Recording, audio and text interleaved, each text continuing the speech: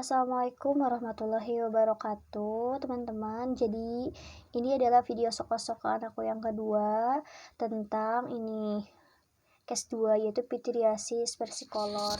Sebelumnya aku juga udah bikin video sok-sokan aku di case yang pertama, herpes zoster, bisa teman-teman lihat atau bisa teman-teman dengar. Dan mohon maaf juga kalau banyak yang salah, dan bisa teman-teman baca aku kalau ada tambahan-tambahan dan koreksi-koreksi ya, atau bisa komen juga di bawah, boleh, nggak apa-apa. Jadi oke, langsung aja. Jadi ini adalah case 2 tentang pityriasis versicolor. Oke, next aja langsung. Mohon maaf ya, ini kecil banget. Ini aku tulisnya di HVS, jadi kecil gitu, gak apa-apa lah ya. Oke, langsung aja. Di sini dalam kasus yang kita pelajari bahwa ada Nyonya S, usianya 30 tahun. Dia adalah seorang buruh cuci dengan keluhan utama gatal di punggung sejak 1 bulan yang lalu.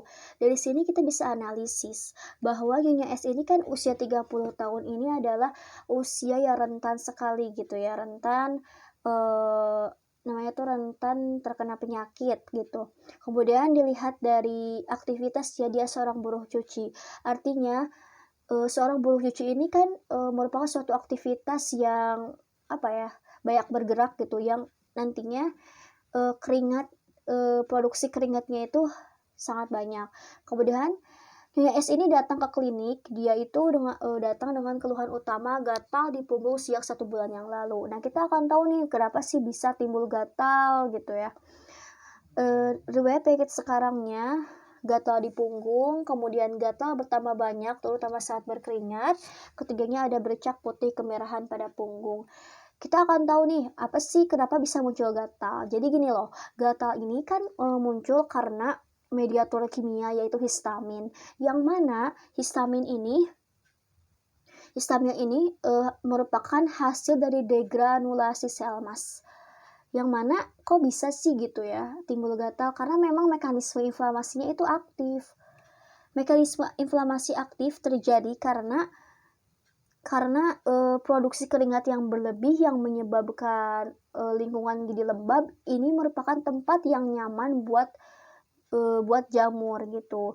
Jadi kalau kita lihat ini gatal di punggung ini mungkin karena ada infeksi patogen, dan patogennya itu adalah jamur. Si jamur ini tumbuh berkembang biak dengan cepat yang menyebabkan inflamasi ini aktif, dan histamin teraktifkan dan timbullah rasa gatal seperti itu. Itu poin pertama. Poin kedua juga sebenarnya masih berkaitan. Jadi dengan berkeringat kan itu adalah suatu lingkungan yang sangat lembab dan basah yang menyebabkan jamur itu nyaman gitu tinggal di lingkungan yang lembab seperti itu. Kemudian yang ketiga itu ada bercak putih kemerahan pada punggung. Nah, ini kok bisa ada putih-putih kayak gini? Artinya berarti ada hipopigmentasi. Ini terjadi karena penyakit ini tuh kan terjadi karena efloresensi makula hipopigmentasi dengan dasar eritem. Nah, hipopigmentasi ini artinya berarti kan terhambat pigmen melanin kan. Nah, di mana pigmen melaninnya itu nanti akan saya jelaskan selanjutnya di patofisiologi nanti, oke. Nah, habis itu kenapa sih bisa timbul kemerahan? Ini masih berhubungan dengan inflamasi yang tadi ya gitu. Kemudian selain hipopigmentasi juga sebenarnya bisa terjadi hiperpigmentasi. Nah, hiperpigmentasi ini bisa itu terjadi hanya di orang-orang dengan kulit yang pucat atau kulit putih gitu. Kemudian setelah riwayat penyakit dahulunya itu tidak ada riwayat alergi. Ketika tidak ada riwayat alergi, artinya dia berarti tidak ada kemungkinan dia tidak ada alergi, yang artinya tidak ada kemungkinan sakit DKA, dermatitis kotak alergi ataupun dermatitis atopik. Kemudian ditanya juga riwayat penyakit keluarga, ternyata suami dan anaknya juga punya keluhan yang sama. Artinya ini adalah suatu penyakit yang menular gitu ya. Bisa suami ke anak, anak ke suaminya, suami ke anak ataupun ibu ini ke suaminya, pokoknya ini menular aja ya. Kemudian riwayat penyakit sosialnya, dia seorang buruh cuci. Artinya seorang buruh cuci kan dia ada aktivitasnya itu benar-benar banyak bergerak, menimbulkan produksi keringat yang berlebih, kemudian mengganti pakaian yang sehari sekali. Nah, inilah penyebabnya. Karena ketika pakaiannya itu basah, pakaiannya lembab, itu adalah tempat dan lingkungan yang sangat nyaman sekali untuk jamur menggunakan handuk bersama. Nah, karena kita tahu tadi ini adalah penyakit menular, maka si handuk ini menjadi media transmisi, media transmisi untuk menularkan. Nah, dari hasil anamnesis kepada Nyonya S, bisa ditemukan beberapa hipotesis penyakit. Yang pertama, tinea versicolor atau pityriasis versicolor, kemudian erythrasma, pityriasis rosea, tinea corporis. Nah, untuk menyingkirkan beberapa hipotesis tersebut, maka dilakukan berbagai macam pemeriksaan. Pemeriksaannya itu pertama, berdasarkan status generalis, keadaan umumnya sakit ringan. Ya, artinya kalau sakit ringan si pasien itu masih bisa melakukan aktivitas seperti biasa walaupun memang sedikit terganggu ya. Kemudian kesadaran kompos mentis, artinya pasien ini masih ada kesadaran penuh gitu, terlihat dari tanya jawab saat anamnesis. Kemudian pemeriksaan tanda vital dimulai dari tekanan darah, pernapasan, suhu, dan juga diperiksa juga berat badan dan tinggi badan juga, dan hasilnya semuanya normal. Kemudian ternyata di sini juga berat badannya itu 77 kilo dan tinggi badan itu 150 cm. Nah, jika dilakukan perhitungan BMI, maka ini termasuk dalam obesitas gitu ya. Kemudian sesuai dengan perhitungan BMI, kemudian berarti ini obesitas gitu. Kemudian dilakukan juga pemeriksaan kepala, mata, leher, abdomen, ekstremitas. Dengan hasilnya yang seperti ini, kepala normosepa, matanya konjungtif anemis, bla bla bla bla, dan semuanya itu hasilnya tuh normal, tidak ada kekhawatiran gitu. Kemudian setelah dilakukan pemeriksaan fisik status generalis, dilakukan juga pemeriksaan dermatologis. Nah, ini penting sekali ya. Dilakukan ternyata hasilnya tuh makula hipopigmentasi, jelas ya. Makula itu perubahan warna hipopigmentasi. Kemudian dalam berbagai ukuran dan squama halus gitu. Nah, ini adalah gambaran lesi dari tinea versicolor. Selain pemeriksaan fisik, dilakukan juga pemeriksaan penunjang gitu. Ini adalah untuk menunjang gitu, untuk menyingkirkan hipotesis. Pertama, pemeriksaan darah lengkap. Ini menunjukkan hasilnya itu dalam batas normal semuanya. Kemudian GDS, gula darah sewaktu, itu normal. Artinya si pasien tidak ada obesitas, tidak ada diabetes maksudnya. Kemudian urin reduksinya negatif. Kemudian dilakukan juga pemeriksaan lampu Wood, yang mana ternyata dilihat fluoresensinya tuh kuning keemasan gitu. Nah, ini adalah fluoresensi khas dari ragi genus Malassezia furfur, yang mana si Malassezia furfur ini adalah etiologi dari pityriasis versicolor. Kemudian dilakukan juga pemeriksaan KOH. Jadi pemeriksaan KOH ini adalah pemeriksaan untuk jamur gitu, kayak ini penyakit disebabkan oleh jamur bukan. Jadi KOH itu khas dengan pemeriksaan jamur gitu. Ternyata terlihat hipanya itu pendek tebal, dikelilingi spora berkelompok, atau yang dikenal dengan spaghetti and meatballs. Nah, dari hasil pemeriksaan fisik, penunjang maupun anamnesis, ditegakkanlah diagnosis, yaitu ternyata tinea versicolor. Ternyata erythrasma harus disingkirkan. Kenapa? Karena erythrasma ini merupakan suatu penyakit yang disebabkan oleh infeksi bakteri, bukan infeksi jamur gitu. Infeksi bakteri ya, dan biasanya terjadi di daerah daerah lipatan atas sela-sela, atau yang namanya tuh interdigital. Ya, digital gitu. Interdigital pokoknya sela-sela gitu, lipatan-lipatan. Kemudian di pityriasis rosea juga disingkirkan. Kenapa? Karena ini adalah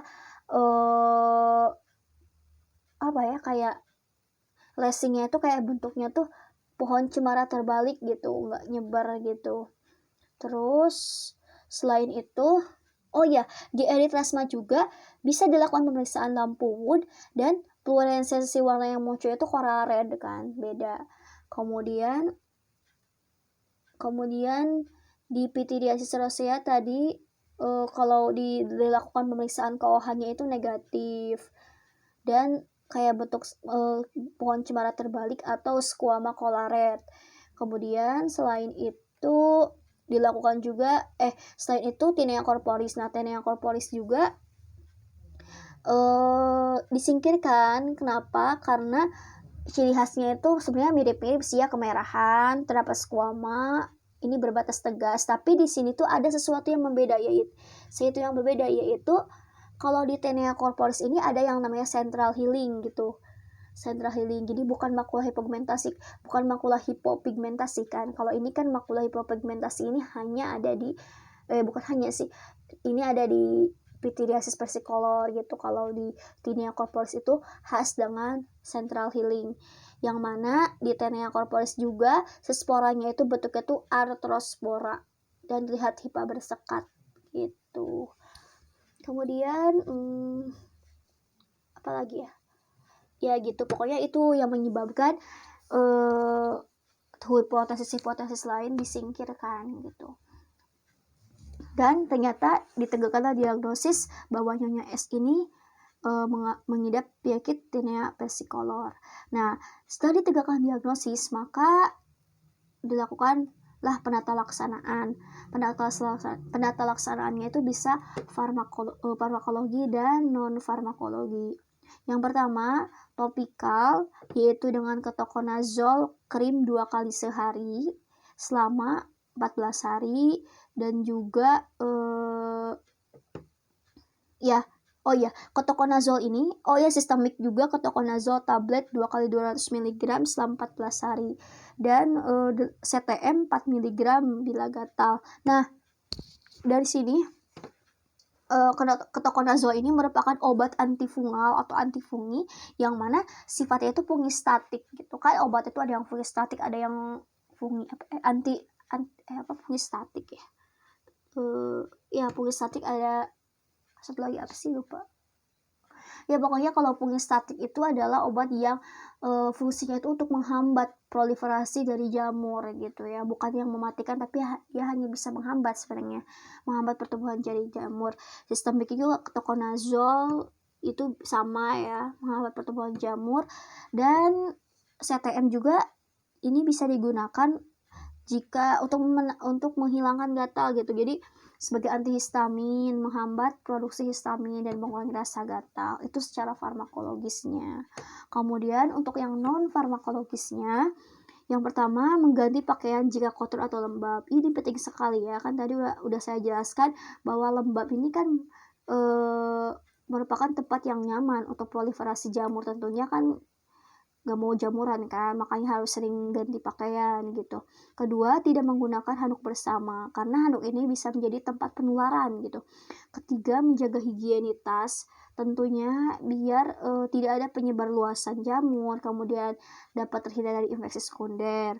Kemudian menurunkan berat badan. Nah, masih berhubungan dengan yang tadi, bahwa kan Nyonya S ini dia obesitas, tentunya perlu menurunkan berat badan karena dengan berat badan yang berat, yang besar gitu, ini apa ya, kayak banyak lipatan-lipatan dan juga banyak produksi keringat.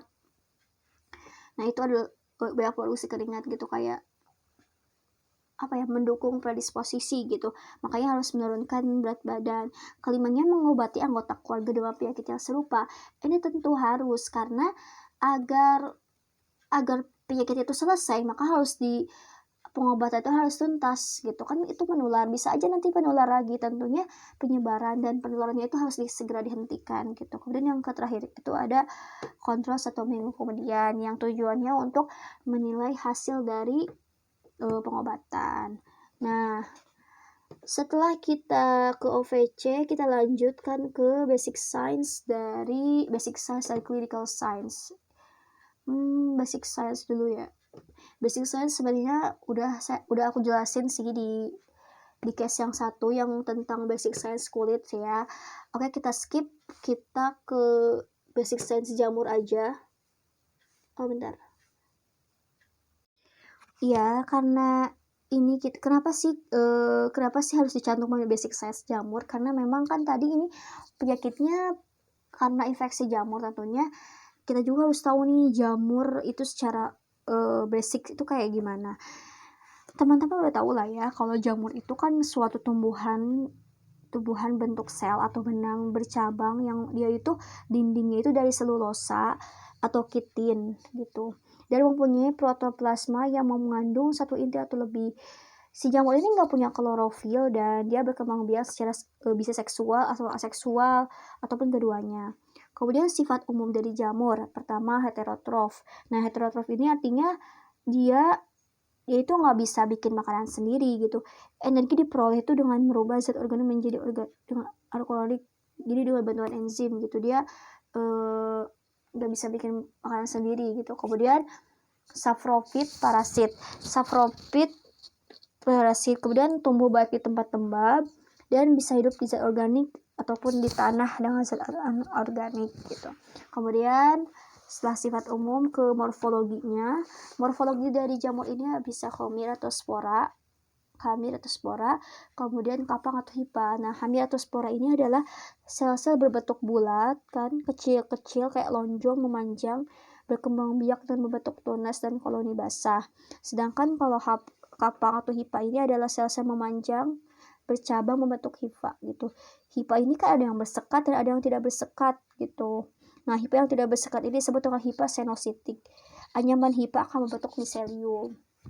Setelah itu mikosis superficialis. Nah, hifa ini kebagi menjadi 3 teman-teman. Jadi ada hifa vegetatif, yaitu hifa yang mengambil makanan untuk pertumbuhan. Ada hifa reproduktif untuk membentuk spora, dan ada hifa udara untuk mengambil oksigen.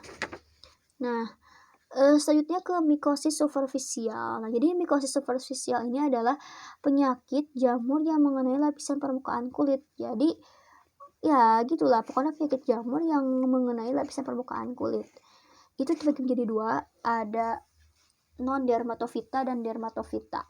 Nah, non dermatofita ini contohnya pada Tinea versicolor, Tinea nigra vulgaris, Biedra hitam, Biedra putih. Nah, kalau kita lihat ternyata Tinea versicolor ini termasuk dalam non dermatofita.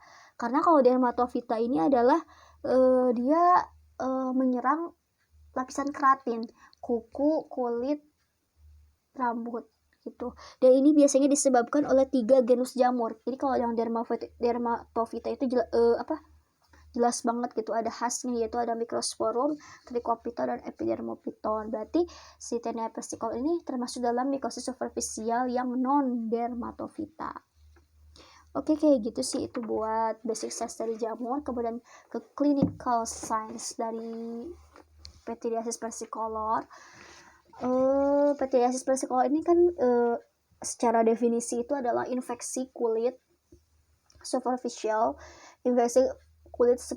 kronik disebabkan oleh ragi genus Malassezia. Umumnya tidak memberikan gejala subjektif, jadi dia itu mengalami depigmentasi atau diskolorisasi berskuama halus, tersebar diskret ataupun konfluen gitu, dan biasanya terjadi pada bagian leher atau bagian badan bagian atas.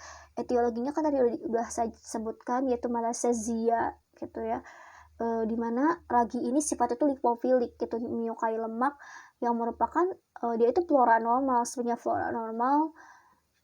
Kemudian bentuknya itu kan ragi, sebenarnya itu ragi, tapi dia berubah menjadi hifa.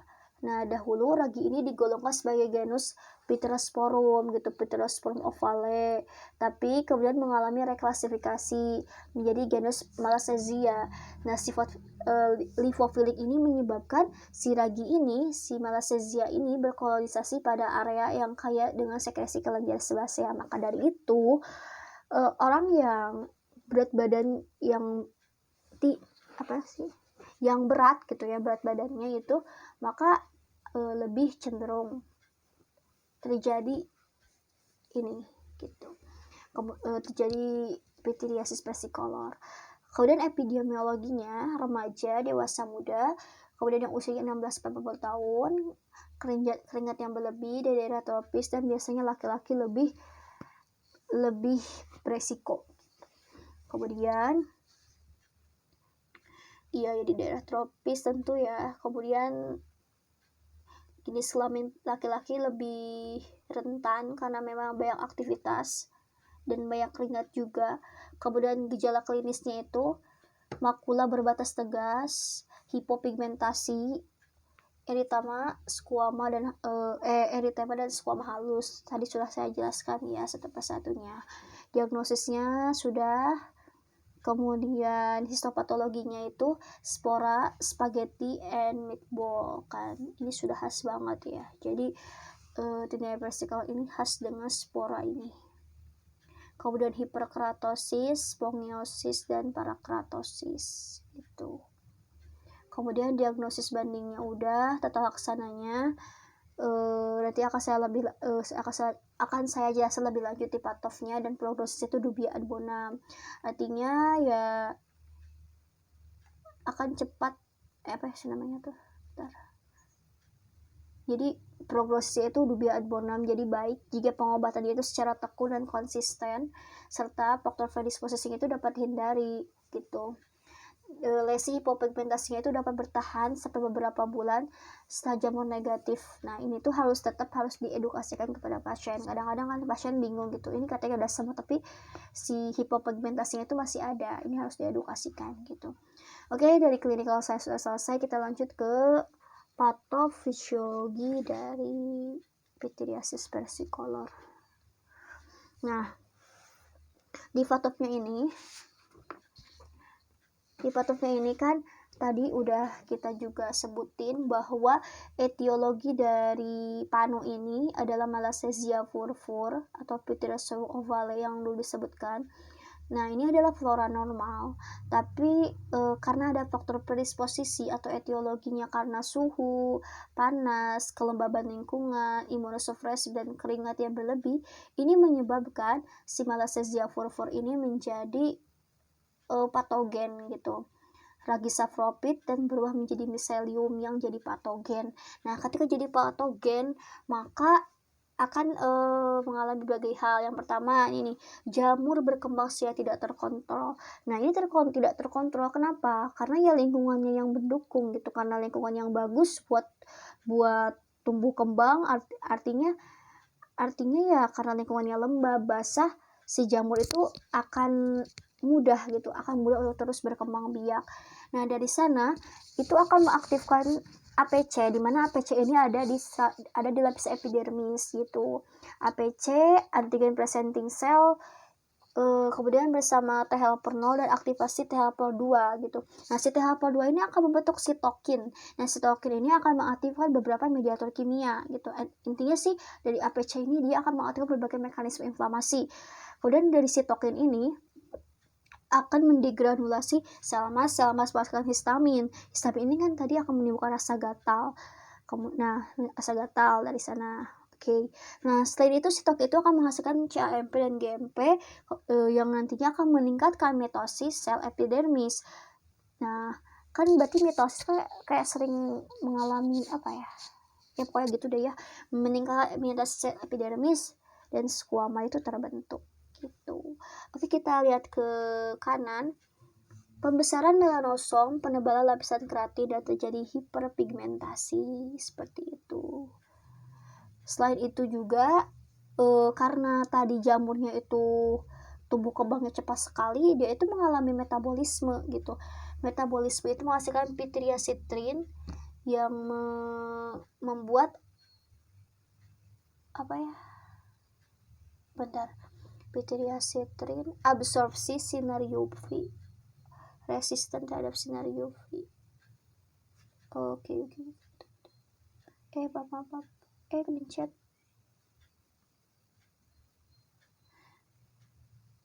Astagfirullah.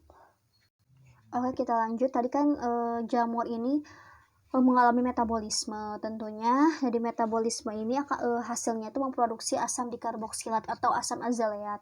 Nah ini tuh mengganggu pembentukan pigmen melanin karena dia itu menghambat tirosinase, menghambat pembentukan pigmen melanin. Selain itu, metabolisme juga menghasilkan pityriasidrin, di mana ini tuh menghalangi atau mengabsorpsi sinar UV. Artinya dia itu resisten terhadap sinar UV, sehingga ya timbullah hipopigmentasi.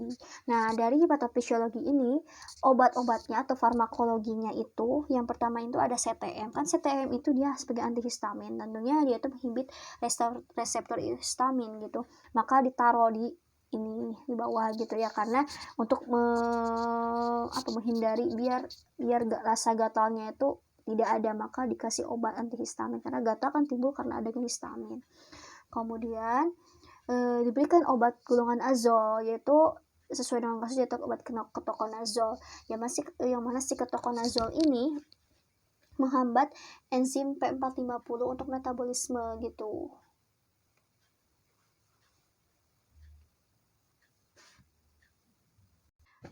Jadi kan tadi obatnya itu kan golongan azol, yang mana obat golongan azolnya itu sesuai dengan kasus yaitu ketokonazol.